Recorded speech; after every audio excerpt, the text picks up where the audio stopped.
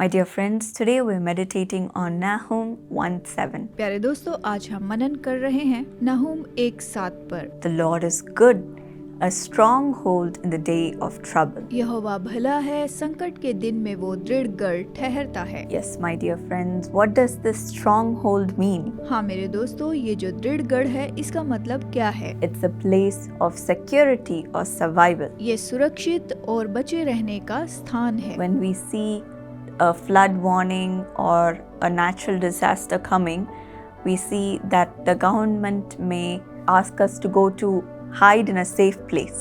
जब हम देखते हैं बाढ़ की चेतावनी या फिर प्राकृतिक आपदा को, हम देखते हैं कि सरकार कहती है कि आप किसी सुरक्षित स्थान पर जाकर कहीं छुप जाएं।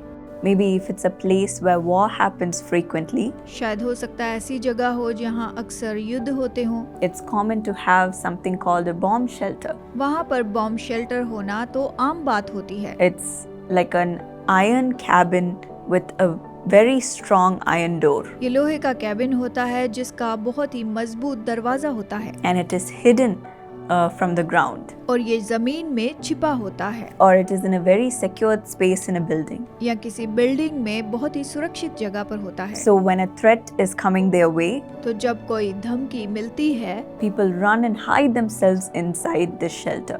तो लोग दौड़कर ऐसी जगह में जाकर छिप जाते हैं। In the same way, the Bible says that the Lord is the stronghold. इसी तरह से बाइबल कहती है कि प्रभु दृढ़ गढ़ है। We see in Genesis 6 when God had warned Noah that he was going to send a flood to cleanse the earth. हम देखते हैं उत्पत्ति 6 में परमेश्वर ने नूह को ये चेतावनी दी कि वो बाढ़ के द्वारा पृथ्वी को साफ कर देगा। God warned Noah to build an ark to be safe in during that flood. परमेश्वर ने नूह को चेतावनी दी कि तू बाढ़ में सुरक्षित रहने के लिए एक नाव बना। In this situation, Noah wanted to warn the people to turn from their wrong ways and to join him in that ark. ऐसी परिस्थिति में नूह ने लोगों को चेतावनी दी कि अपने बुरे मार्गों से फिरकर इस नाव में आ जाएं, उसके साथ नाव में चढ़ जाएं। But no one listened to him. लेकिन किसी ने उसकी नहीं सुनी। They called him crazy उन्होंने उसे पागल कहा because they couldn't see a flood coming. क्योंकि वो नहीं देख पाए कि बाढ़ आ रही They है। couldn't even see rain. वो तो बारिश भी नहीं देख पा रहे थे। So they were laughing at him वो उस पर हंस रहे थे and they didn't believe him. और उस पर विश्वास नहीं किया। But then Noah and his family were safe when the flood came लेकिन जब बाढ़ आई, नूह और उसका परिवार सुरक्षित रहा because they listened and believed in God क्योंकि उन्होंने परमेश्वर की सुनी, उस पर विश्वास किया and they obeyed him. और उसकी आज्ञा मानी। He was a faithful man who walked with God. वो विश्वास योग्य व्यक्ति था जो परमेश्वर के साथ चला। That is why God chose him इसलिए परमेश्वर ने उसे चुना था and kept him safe. और उसे सुरक्षित रखा। The same way, my dear friend, इसी तरह से प्यारे दोस्तों, when a calamity is coming in your life, जब आपके जीवन में कोई विपत्ति आती है, when something is going to attack you, जब आप पर कोई हमला करता है or you're in trouble, या आप परेशानी में होते हैं, run to Jesus. तो यीशु के पास He आएं। is your safe place. वो आपकी सुरक्षित जगह Many है। times, as human beings, we may think, oh, this person will help me, they have much influence, they have money, they will bring me out. कई बार आपको लगता है कि ये व्यक्ति जो है वो प्रभावी है, ये मेरी मदद करेगा, इनके पास बहुत धन है, ये मुझे इस मुश्किल में से बाहर निकालेंगे।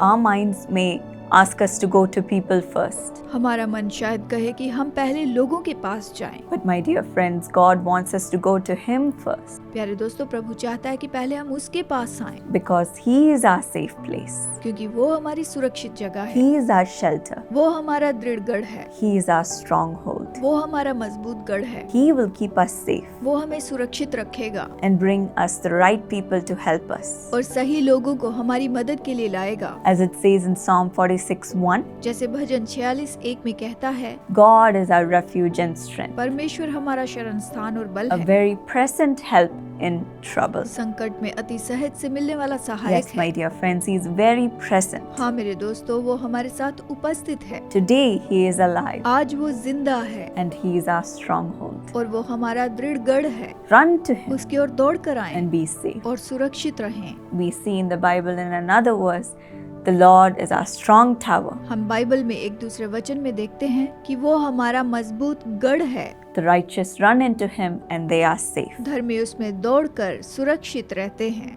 So run to him. तो उसकी ओर दौड़ें, We are safe. हम सुरक्षित रहेंगे। Shall we pray and thank him for this wonderful promise? आइए प्रार्थना करें और इस अद्भुत प्रतिज्ञा के लिए उसे धन्यवाद दें। Lord Jesus, today those who are watching may say that I am in trouble today. प्रभु यीशु, शायद दर्शक कह रहे होंगे कि मैं आज बहुत मुश्किल में पड़ा हुआ हूँ, Oh, I am in sickness. मैं बीमारी में हूँ, I am stuck in this court case. मैं इस कोर्ट केस में फंसा हूँ, I have bad reputation with my superiors in my work. मेरे सुपीरियर के सामने मेरा अच्छा सम्मान नहीं है, There are people working against me. लोग मेरे विरुद्ध में काम करते हैं, The people who I took the loan from have come to ask for the money back. जिन लोगों से मैंने कर्जा उठाया था वो लोग वापस पैसा लेने आ गए हैं। What should I do? मैं क्या करूं? I am in trouble. मैं मुश्किल में हूँ, But Lord, today लेकिन प्रभु आज you are their stronghold.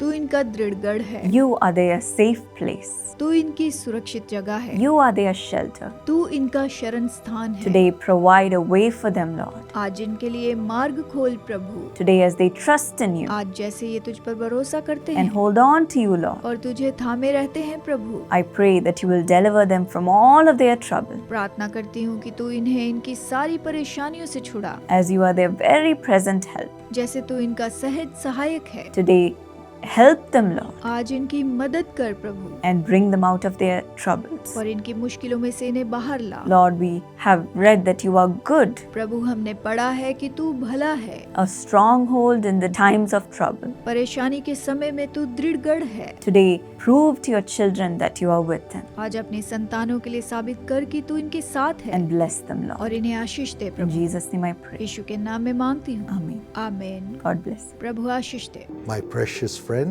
मेरे बहुमूल्य दोस्तों, through the television program television program के द्वारा, and through the social media programs, social media program के द्वारा, which we send out to thousands of people every day, जो हम हर दिन हजारों लोगों को भेजते हैं, God's power flows into the people. परमेश्वर की सामर्थ लोगों में बहती है, Miracles happen, चमत्कार होते हैं, tears are wiped away, आंसू पोंछे जाते हैं lives are built. और जीवन उभारा जाता है। We are looking for sponsors for every program that comes through social media every day. हर एक दिन सोशल मीडिया के माध्यम से जो हर एक प्रोग्राम आता है उसके लिए हम स्पॉन्सर्स चाहते हैं। And as you co-sponsor or sponsor, we'll have your names there and your prayer requests, and I'll be personally praying for you.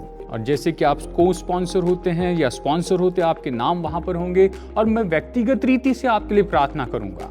Millions who watch will also pray for you. लाखों लोग जो वो programme देखेंगे वो भी आपके लिए प्रार्थना करेंगे। God will bless you. प्रभु आपको आशीष दे। We'll send you a copy also. हम आपको कॉपी भी भेजेंगे। So please call this number. तो कृपया इस नंबर पर फोन कीजिए। When you have the birthday, चाहे आपका जन्मदिन हो, your birthday or your loved one's birthday, आपके प्रियजनों का जन्मदिन हो wedding anniversary, या शादी की सालगिरह हो or the loss of a loved one, a memorial day, या फिर किसी प्रियजन को आपने खो दिया है और उनके मेमोरियल का दिन है or a Thanksgiving offering, या फिर धन्यवाद की भेंट है or giving 1 month's salary as the first month's salary when you get a job, या फिर जब आपको नौकरी मिलती तो आप महीने की पहली तनख्वाह दे देते हैं। you can honor God. आप इस तरह से प्रभु का आदर कर सकते हैं। All your donations are going for the service of the people in the name of Jesus. आपके सारे डोनेशन लोगों की सेवा के लिए यीशु के नाम में जाएंगे।